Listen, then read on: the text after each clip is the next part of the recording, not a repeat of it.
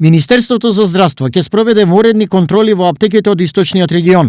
Ќе се проверува кои на пациентите им продава скапи лекови, односно кои самоволно си ја покачиле цената без одобрение на фондот за лекови. Воредните контроли доаѓаат откако пациент со астма преку телевизија Стар се пожали на драстично зголемување на цената на за него неопходните пумпици.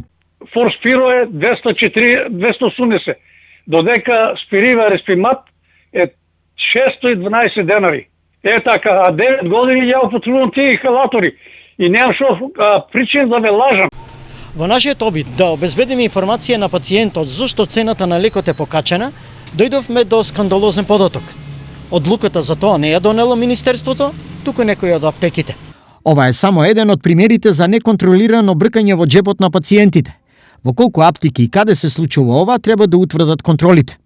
Сепак, кај граѓаните останува перцепцијата дека дури и оние лекови за кои фармацевтите се придржуваат до одредена цена, за нив се прескапи. Да ви кажам, скапи се за тоа што за очни болести, што е сослепило, тие се сите на приватно.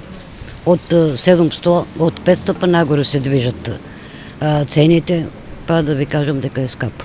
Многу ли пари месечно одат за лекови само?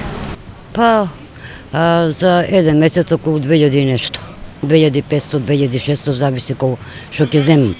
Па одат по илјадарка, биле две илјадарки, оно по илјадарки, најмалку илјадарка. Еве јас, например, за бабата, половината пензија ја давам за лекарство. Од мојата пензија, например, јас земам 10,5. 4 до 4,500 давам само за неја за лекарство. Боледуваат повеќе болести, а мора да ги земе. Ова меѓу другото е резултат и на застарените позитивни листи, сметаат од фармацевската комора. Тоа е еден проблем кој што се провлекува подолго време, бидејќи листата не е ажурирана, лековите кои што не се на листа, а кои што се скапи, за голем дел од болестите, како решение, Министерството за здравство превзема да распишува повици, тендери, меѓународни, со кои ги набавува за одредени групи на пациенти, и на тој начин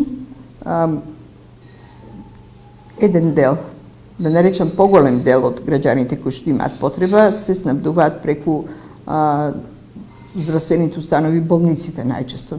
Ова значи дека проблемот треба да се разгледува комплексно од сите аспекти, зашто важиме за држава која е голем потрошувач на лекови. Затоа, по која цена ги добиваат лековите и колку тие се достапни, е прашање кое е засега многу голема група на граѓани.